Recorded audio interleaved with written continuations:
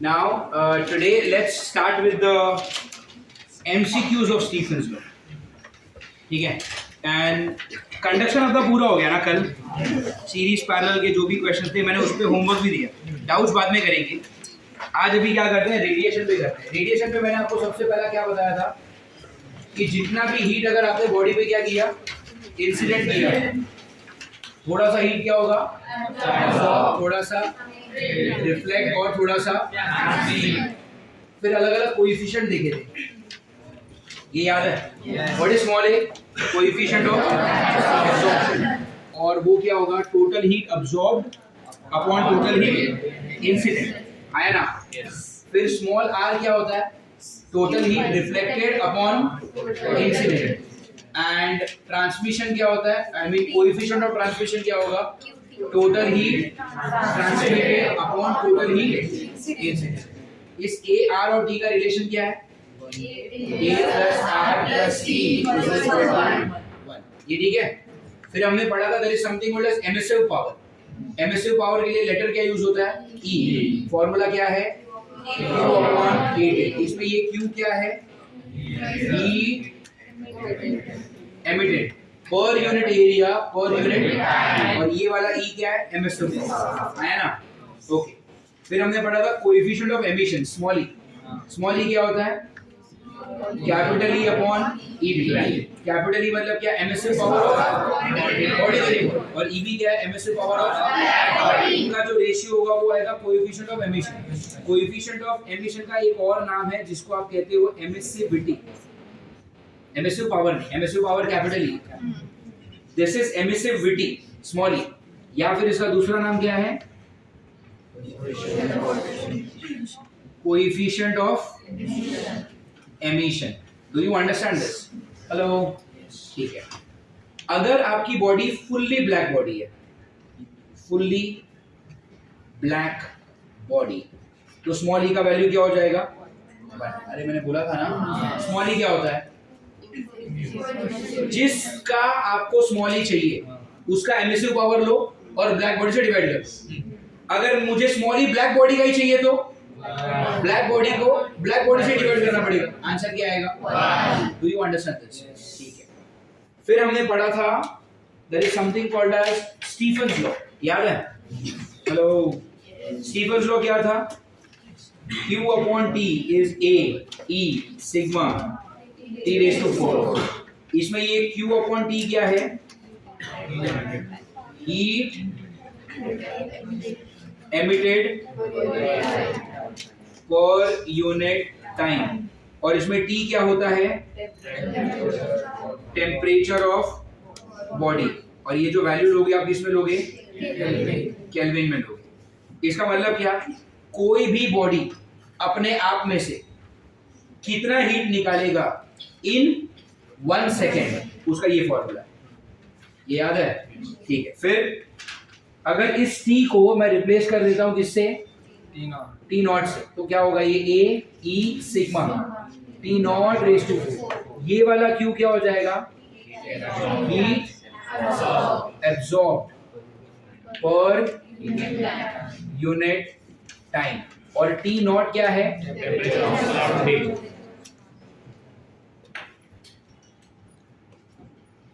Temperature of surrounding. Do you get it? तो T not मतलब temperature of surrounding. तो जब आप फॉर्मूला में T नॉट डालोगे, Q क्या हो जाएगा, जो हीट आप अब्सॉर्ब कर रहे हो, और जब आप फॉर्मूला में T डालोगे तो Q क्या हो जाएगा, हीट वो जो आप एमिट कर रहे हो। अरे करेंगे, मोस्ट ऑफ द क्वेश्चंस में क्या होगा,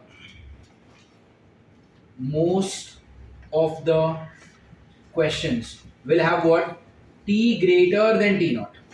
इसका मतलब क्या, आपकी बॉडी का टेम्परेचर आपके सराउंडिंग के टेम्परेचर से ज्यादा हो। जैसे मान लो मैंने चाय बनाया, चाय बनता है 80-85 डिग्री, लेकिन रूम का टेम्परेचर क्या है, 25-30 डिग्री।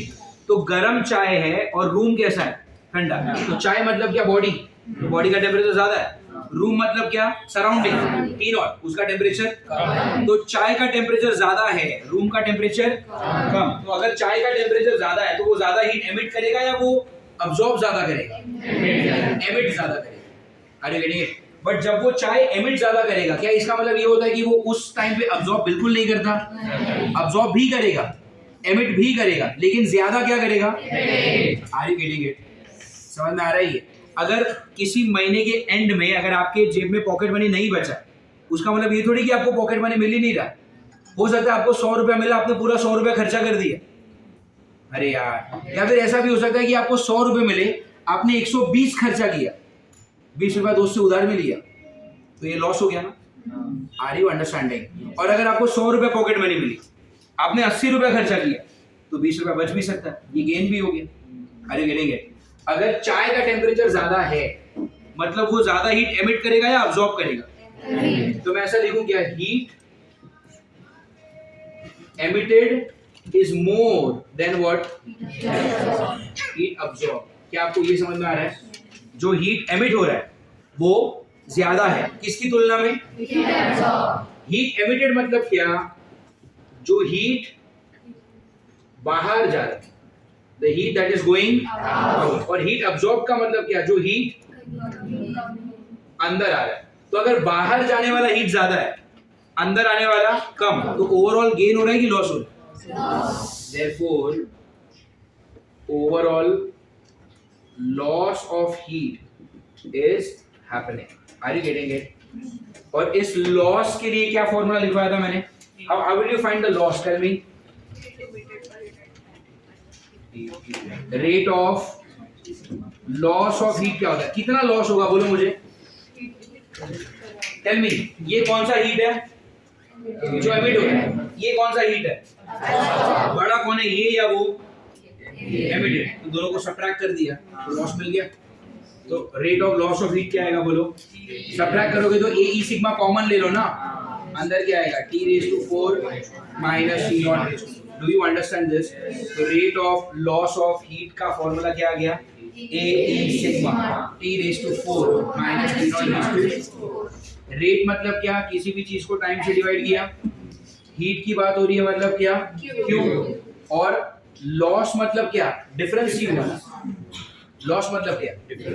अगर मैं कोई एक चीज 10 रुपए में खरीद के 8 रुपए में बेच देता हूँ, तो 2 रुपया मेरा क्या है? लॉस। तो 2 रुपया कैसे मिला? डिफरेंस निकाला आपने।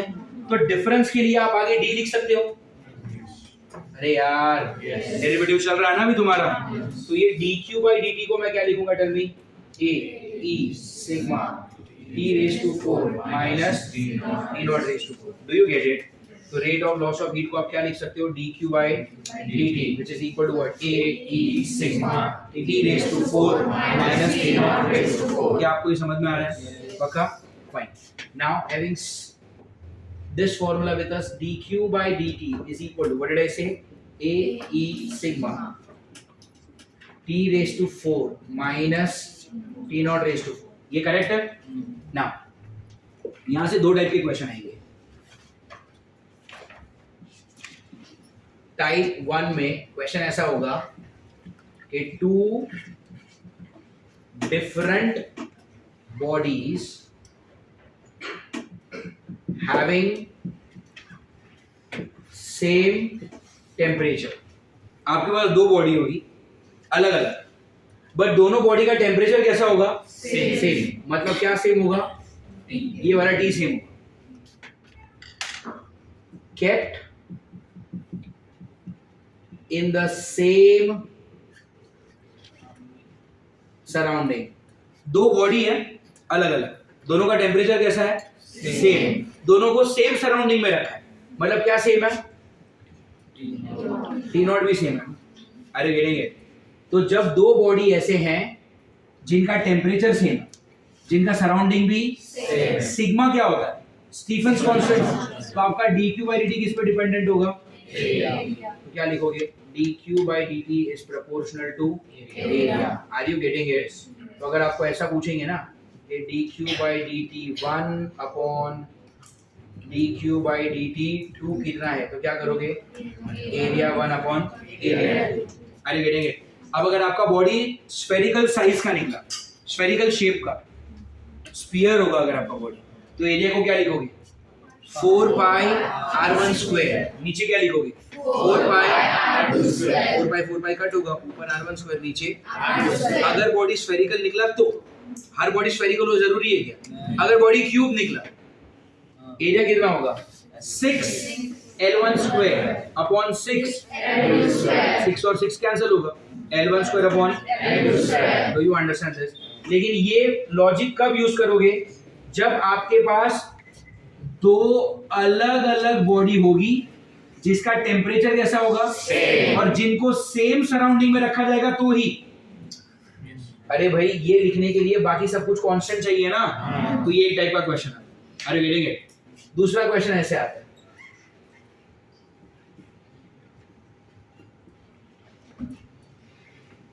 वन बॉडी या फिर ऐसा two bodies having same area kept at two different temperatures। समझ में आ रहा है? इसमें और उसमें फर्क समझ में आ रहा है? यहाँ पर भी दो बॉडी के बारे में बात हो रहा है, यहाँ पर भी दो बॉडी के बारे में बात हो रहा है, बट यहाँ पे दोनों का क्या सेम है? टेम्परेचर सेम है और उनको सेम सराउंडिंग में रखा है। और अलग क्या था? एरिया, इसीलिए आपने एरिया से प्रोपोर्शनल साइन लिया। यहाँ पर क्या हो रहा है? यू हैव टू बॉडीज जिनका एरिया कैसा है? Area same. सिग्मा तो वैसे भी कांस्टेंट होता है, और इस बार अभी टी कैसा है? सेम या अलग अलग? Kept at two different temperatures, दोनों का टेम्परेचर कैसा है? तो अब आप क्या लिखोगे पता है? अब आप लिखोगे dq/dt is proportional to T⁴ minus T⁻⁴। Do you understand? समझ में आ रहा है? तो अब अगर आप यहाँ पर प्रोपोर्शन आई मीन रेशियो लोगे ना, तो ऐसे लिखोगे dq/dt 1 upon dq/dt 2 is equal to T⁴ minus T⁻⁴ upon T⁴ minus T⁻⁴। Do you understand this? Hello, समझ में आ रहा है आपको? पक्का? सो अब हम कितने टाइप के क्वेश्चन करेंगे पहले ये देखो। First type of question is what कि आपको rate of loss of heat पूछा है दो अलग अलग बॉडी का। कैसी बॉडीज? जिनका खुद का टेम्परेचर कैसा है? सेम। उनके सराउंडिंग का टेम्परेचर कैसा है? तो कोई बात नहीं, dq/dt डायरेक्टली प्रोपोर्शनल टू क्या हो जाएगा? Proportional to area. Spherical body है तो 4 पाई r1 स्क्वायर, क्यूबिकल बॉडी है तो 6। दूसरा कौन सा क्वेश्चन आएगा कि वापस दो बॉडी है बट इस बार उनका एरिया सेम है। आप सोचो ना, अगर एरिया सेम है तो फिर एरिया का रेशियो लेके कोई मतलब ही नहीं था, इसलिए मैंने यहाँ पर एरिया लिया ही नहीं। अरे गेटिंग इट? अब इनका एरिया कैसा है? सेम, बट अब उनका अलग क्या है? टेम्परेचर अलग अलग है ना, इसीलिए इसको लिखा T⁴, इसको लिखा T⁴। अब एक क्वेश्चन क्या आता है कि सर दोनों बॉडी को आपने सेम सराउंडिंग में रखा है तो T0 भी तो सेम है, तो फिर रेशियो में T0 को क्यों लिया? इधर माइनस साइन है, आप इनको अलग कर ही नहीं सकते। अरे यार, अगर A सेम है ना और E अलग अलग है तो आप क्या कर सकते हो? A को हटा के E1/E2 कर सकते हो, लेकिन आप इन दोनों को अलग अलग नहीं कर सकते, वो माइनस साइन है बीच में, तो माइनस और प्लस को आपको पूरा ही लेना पड़ेगा। Are you getting it? Even if first और सेकंड दोनों बॉडी का T0 सेम है ना, तो भी आपको यहाँ पे T0 लेना ही पड़ेगा क्योंकि बीच में माइनस साइन है। हाँ, अगर यहाँ पर माइनस ना होकर यहाँ पे मल्टीप्लाई होता ना तो मैं T0 भी नहीं लेता, अरे क्योंकि फिर कैंसिल ही होता ना। आप इस T0 को इस T0 को कैंसिल कर सकते हो क्या? नहीं कर सकते। Are you getting it? लेकिन अगर यहाँ पे मल्टीप्लाई होता तो डू यू गेट इट? ये आपको स्टीफन्स लॉ का पूरा समरी समझ में आ रहा है? अच्छा, एंड एक और क्वेश्चन आता है इस पे, जो इस क्वेश्चन पे बेस्ड है, इस फॉर्मूला पे आपको ये बॉडी का एरिया दिया जाएगा, उसका एमिसिविटी दिया जाएगा, और आपको बॉडी का टेम्परेचर भी दे देंगे, और आपको पूछेंगे कि कितना हीट एमिट हुआ ये बताओ। अरे करेंगे इस Q/D में और इस dQ/dt में फर्क क्या है? ये सिर्फ क्या है? हीट एमिटेड, और ये क्या है? Difference of what and what, emission और अब्जॉर्प्शन का। तो क्वेश्चन को ध्यान से पढ़ना है। अगर उन्होंने बोला कि कितना हीट एमिट हुआ तो Q/T, अरे यार कितना अब्सॉर्ब हुआ तो ये वाला Q/T, कितना एमिट हुआ उसमें सिर्फ क्या लिखोगे? Temperature of body. कितना अब्सॉर्ब हुआ उसमें बॉडी का टेम्परेचर है ही नहीं, सिर्फ सराउंडिंग का टेम्परेचर, और कितना लॉस हुआ तो दोनों का। अरे यार तुम्हारा पॉकेट मनी कितना है यहाँ पे सिर्फ पापा डिपेंड करेंगे, वैसे तो वही देने वाले हैं ना। तुम कितना खर्चा करोगे, अब यहाँ पर पापा का कोई रोल नहीं, अब ये सिर्फ तुम्हारा रोल। तुम्हारे पास नेट कितना पैसा बचा, इसमें दोनों आ गए कि आया कितना और खर्चा कितना किया। अरे यार समझ आ रहा है? तो what is your pocket money depends only on your father, what are your expenses depends only on you, how much money is left with you depends on both. अरे यार कि आया कितना और खर्चा कितना हो।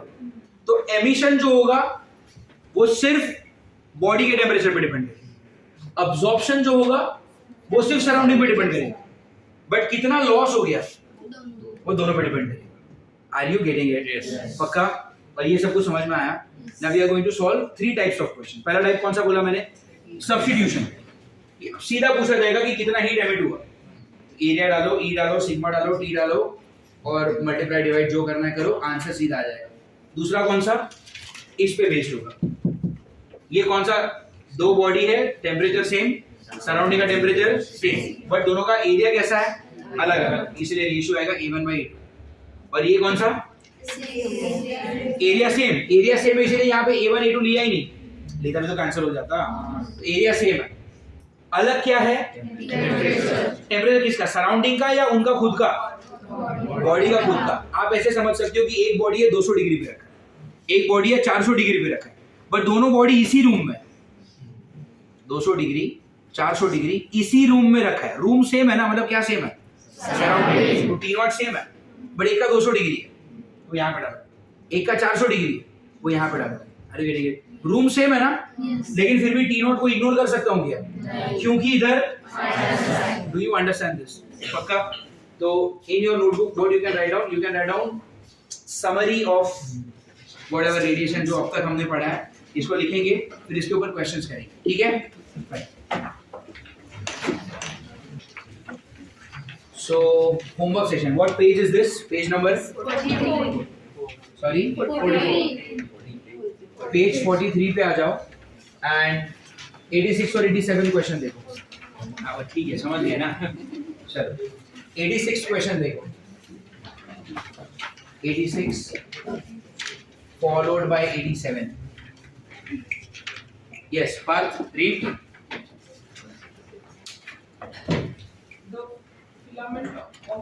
Underline the word filament. Filament का मतलब होता है सिलेंडर। फिलामेंट का मतलब क्या होगा? सिलेंडर।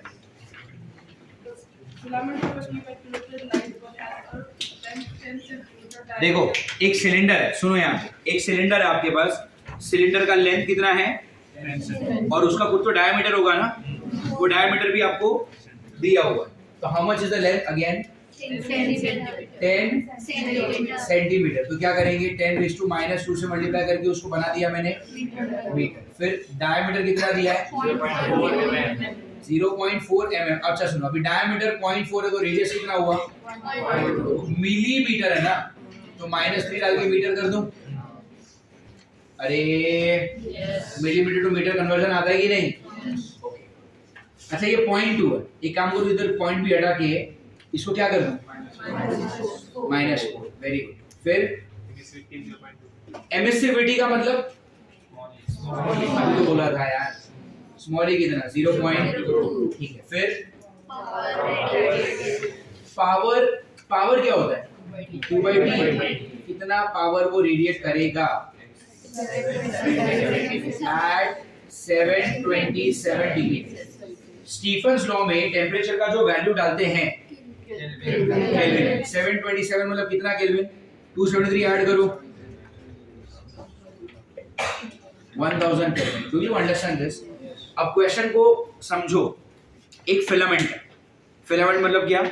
एक सिलेंडर है, उस सिलेंडर का टेम्परेचर कितना है? 1000 केल्विन, बहुत गर्म है। अरे यार, तो डेफिनेटली अंदर से क्या निकलेगा? हीट रेडिएशन निकलेंगे। अब आपको थोड़ा डेटा दे दिया कि भाई ये जो फिलामेंट है उसका रेडियस इतना है, उसका लेंथ इतना है, एमिसिविटी इतना है। आपको क्या ढूंढना है कि इसके अंदर से कितना हीट निकल रहा है। Are you getting it? उन्होंने वर्ड क्या यूज किया? पावर। पावर का मतलब क्या? कितना हीट निकला इन 1 सेकेंड, कि भाई 1 सेकेंड में कितना निकलता है। Are you getting it? मान लो आपने इसको सॉल्व किया, फॉर एग्जांपल आंसर आया 5। ये जो 5 आंसर है वो कितना हीट निकला इन, अगर मैं 1 सेकेंड की जगह पे 5 सेकेंड कर दूं तो into 5 कर दोगे। अगर 10 सेकेंड में पूछो तो आर यू गेटिंग इट? तो Q by T से जो आंसर आएगा वो क्या आएगा कि भाई कितना हीट निकल रहा है in 1 second. Do you understand? कितना हीट निकल रहा है in 1 second. Do you get it? What is the formula for Q by T? Tell me. E sigma। Do you understand? अब अगर यहां पर पावर की जगह पर उनका वर्ड होता find the rate of loss of heat. Rate of loss of heat मतलब dQ by dt। उधर फॉर्मूला क्या आता है? A E sigma T raised to 4। But in that case उन्होंने मुझे T नॉट भी देना चाहिए, सराउंडिंग टेम्परेचर देना चाहिए। सराउंडिंग नहीं मालूम है तो आप लॉस निकाल ही नहीं सकते।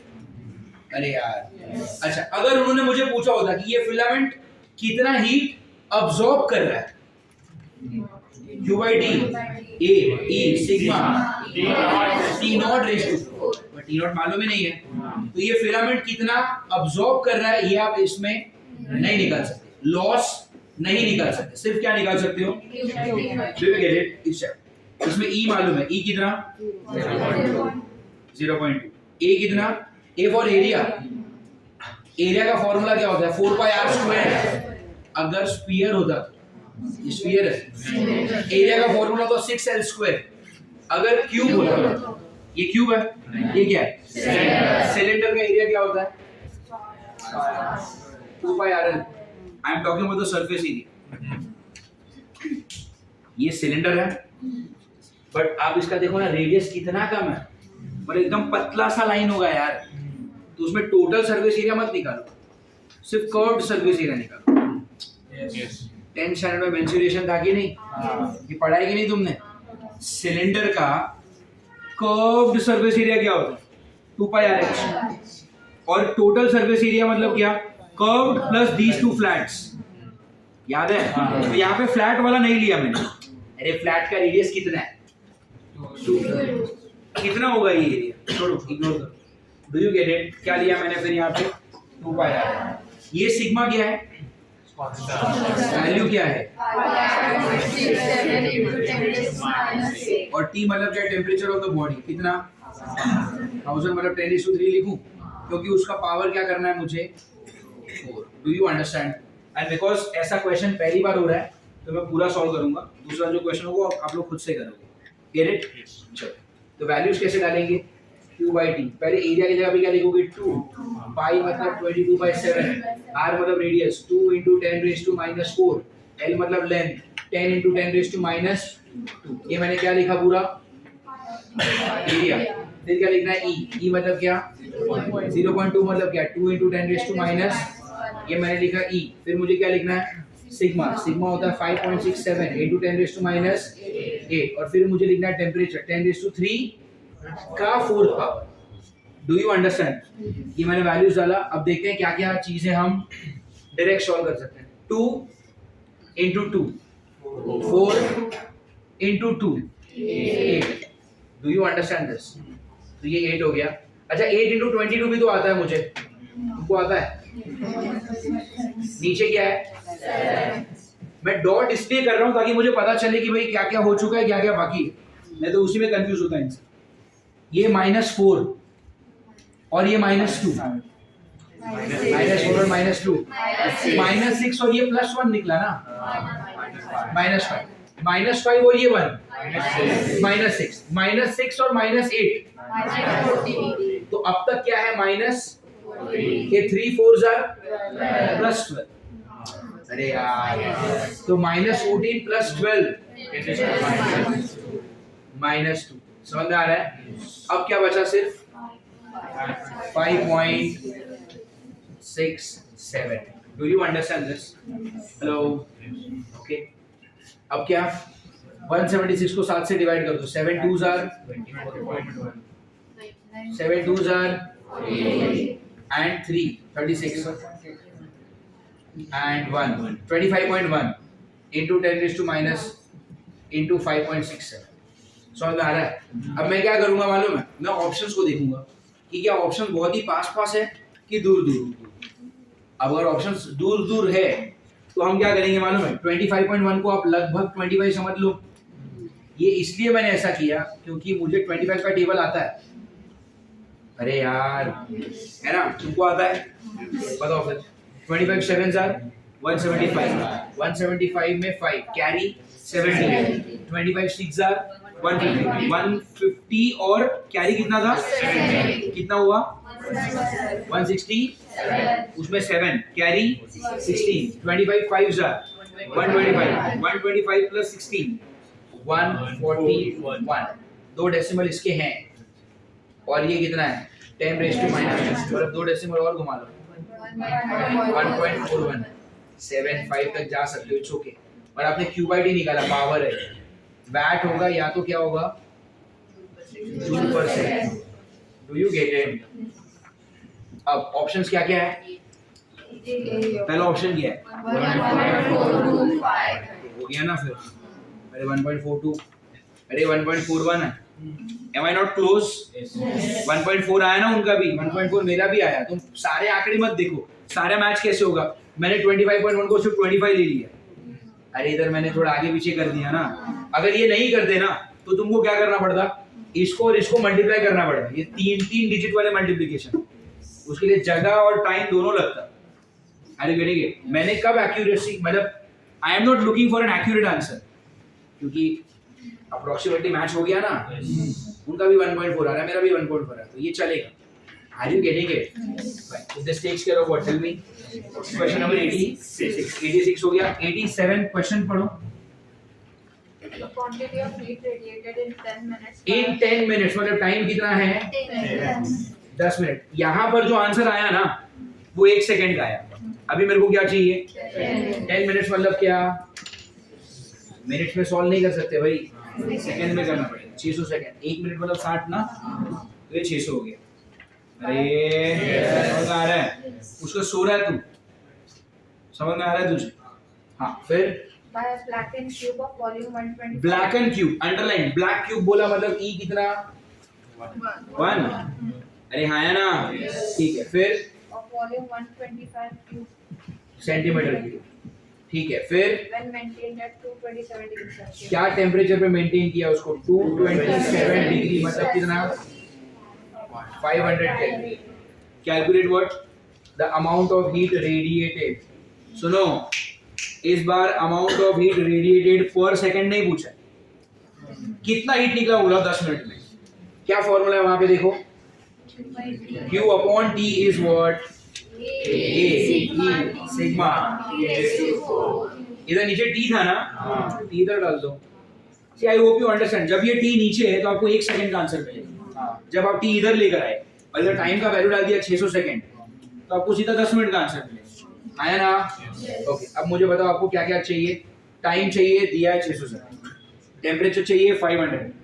अरे 500 को क्या लिखना मालूम है, 5 × 10⁻², और फिर उसका 4 पावर लेना। तो जो 10⁻² का 4 पावर लोगे कितना होगा 10⁻8 ना, तो इसका आएगा 10⁻8 और सिग्मा में 10⁻⁻8 आता है, कैंसिल हो जाएगा। समझ में आ रहा है? ठीक है। ई का वैल्यू क्या डालोगे 1 डाला, नहीं डाला, सब लिखी। और एरिया कितना, बात किसकी हो रही है, क्यूब। क्यूब का एरिया होता है 6 सेल्सियस, और उसके लिए एल लगेगा। वॉल्यूम 125 है, मतलब लेंथ कितना, अरे यार वॉल्यूम क्या होता है क्यूब में, एल क्यूब। तो किसका क्यूब 125 होता है, लेंथ 5 होगा तभी तो वॉल्यूम 125 हुआ। तो अगर ये 5, अच्छा 5 सेंटीमीटर नहीं चलेगा, वो डालो इसमें, ई सिग्मा टी स्मॉल टी सब मालूम। इस तरह से थोड़ा सा when you do the calculation, calculation difficult नहीं होता, बट कैलकुलेशन के लिए अलर्ट रहना पड़ता है। Are you getting it? जिससे कैलकुलेशन डिफिकल्ट, क्या ये क्या किया मैंने, ये 2 × 2 is 4 × 2 is 8, 8 × 22 is 177, 176, उसको 7 से डिवाइड किया 5.67 था, इसको 7 से डिवाइड किया तो 25.1 आता है। मैंने ऑप्शन देखा, दूर दूर है कि पास पास, दूर दूर थे तो मैंने क्या कह दिया, राउंड ऑफ कर दिया। 25 का टेबल ये सब तो आता ही है, तो कैलकुलेशन कभी भी डिफिकल्ट नहीं होता। Same is applicable for mole concept also, calculations are not difficult. खाली आप अगर अलर्ट नहीं हो ना कैलकुलेशन में चल क्या रहा है, तो ही आपको प्रॉब्लम हो। Are you getting it? Never ever use calculator at your home when you are solving the question. आप में से बहुत लोगों को ये भी आदत होगी कि घर पे क्या करेंगे, ठीक है, डेटा निकाल लिया, फॉर्मूला मालूम पड़ गया, सब्स्टिट्यूशन भी कर दिया, अब कैलसी से सॉल्व कर लेंगे। अगर आप कैलकुलेटर से सॉल्व करोगे आपका सही आंसर तो आ जाएगा, बट क्या आप अपने दिमाग को प्रॉपर ट्रेनिंग दे रहे हो कैलकुलेशन की? फिर एग्जाम में क्या करोगे? जिस तरह की एग्जाम होती है ना, उसी तरीके की पढ़ाई भी होनी चाहिए। एग्जाम में कैलकुलेटर अलाउड है तो तुम भी घर पे कैलकुलेटर से सॉल्व करो, क्या फर्क पड़ता है? बट क्या तुम्हारे एग्जाम में कैलकुलेटर अलाउड है? फिर तुमको घर पे कैलकुलेटर यूज नहीं करना चाहिए। Are you getting it? समझ में आ रहा? अजीत सर का कैलकुलेशन इतना फास्ट है क्योंकि उन्होंने बहुत बार प्रैक्टिस की। Are you getting it? तुम भी उतने फास्ट हो जाओगे, पर तुमको भी सामने उतने क्वेश्चंस सॉल्व करने पड़ेंगे, उतनी बार वो कैलकुलेशन करना पड़ेगा। हम घर पे टाइम और एफर्ट बचाने के लिए कैलकुलेशन को एस्केप नहीं कर सकते। You can't just use a calculator. I repeat, calculator use करोगे तो आपको फिजिक्स तो समझ में आ रहा है, लेकिन फाइनल आंसर में सिर्फ फिजिक्स नहीं लगता, एलजेब्रा भी तो लगता है। तो आप फिजिक्स की प्रैक्टिस कर रहे हो, बट क्या एलजेब्रा की प्रैक्टिस करोगे अगर आपने कैलकुलेटर यूज किया? एग्जाम में तो अटक ही जाओगे ना। और एमसीक्यू पैटर्न में पता है अच्छी बोलो या बुरी बात बोलो क्या है, यहां तक अगर पूरा किया बट अगर ये नहीं आता तो मार्क्स तो नहीं मिलेंगे ना। अरे करेंगे तो याद रखो, फिजिक्स में किसी भी क्वेश्चन को एंड तक लेकर जाने के लिए सिर्फ फिजिक्स की जरूरत नहीं है, मैथ्स भी तो लगता ही है। अरे करेंगे there is a reason why you people are taught maths module also. समझ में आ रहा है? और ये जो कैलकुलेशन है ये उतना हाई लेवल कैलकुलेशन नहीं है। This is school, this is arithmetic algebra, plus minus divide multiply, but इसका भी प्रैक्टिस करना पड़ता है। अरे गेटिंग इट? चलो ये वाला क्वेश्चन कॉपी करो, 86 वाला। 87 का मैंने डेटा दिया है, ट्राई सॉल्विंग इट फास्ट सीधे। 87 कितनों को आया? अच्छा मैच नहीं हो रहा, नालायक होना तुम लोग। एक क्वेश्चन दिया खाली,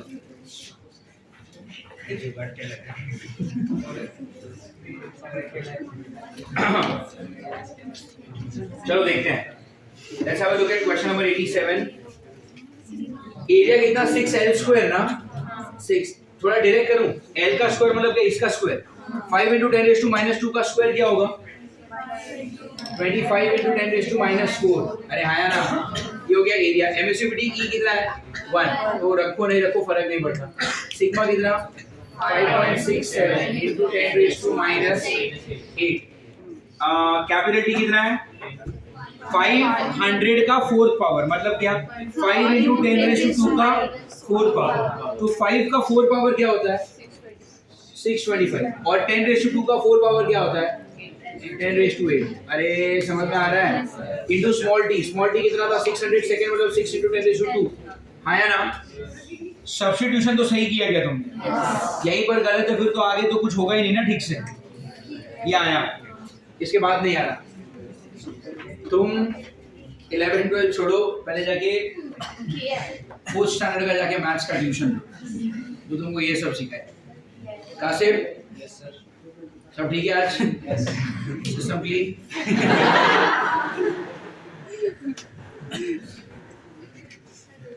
25 × 6 कितना? 150 ना। और सुनो यार, look at this 25 × 6 कितना? 150। 150 × 6 is 900। अरे यार 15 6 are 90 ना। 15 का टेबल आता तुम? अच्छा ये -8 और ये +8 गया है ना, ये हो गया। अभी बचा क्या? खाली ये 625 के साथ डील करना है और एक 5.67 के साथ डील करना है। अच्छा ये 4 और ये 2 मिला के कितना? आई मीन ये -4 और 2 मिला के कितना हो जाएगा? ये सिंपल है 900। सुनो अभी 900 के 2 zeros और इधर के 2 डेसिमल हटा दो। समझ में आ रहा है ये? अब क्या करना है आपको? You have to multiply this and this. 625 and 567 को मल्टीप्लाई करो और फिर जो आंसर आएगा उसको 9 से तो आप ओरली मल्टीप्लाई कर सकते हो। करो, ये मल्टीप्लाई तो करो, इतना तो आना चाहिए। करो फिर 625 into 567 कितना आ रहा है? जब भी राइट साइड के पेपर पे लिखाई कर रहे हो ना आप लोग, तो जो भी लिखते हो थोड़ा पेज को प्लान किया करो। अगर इस तरफ 6 क्वेश्चन है तो यहाँ पर 6 कैसे लिखोगे? Just plan that.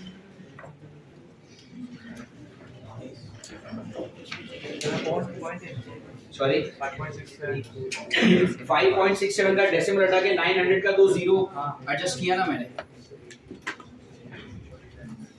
354 इन दोनों का मल्टीप्लिकेशन कितना? एक बार वापस 354 इतना दैट थिंग इनटू 9, ये तो ओरली कर सकते हो।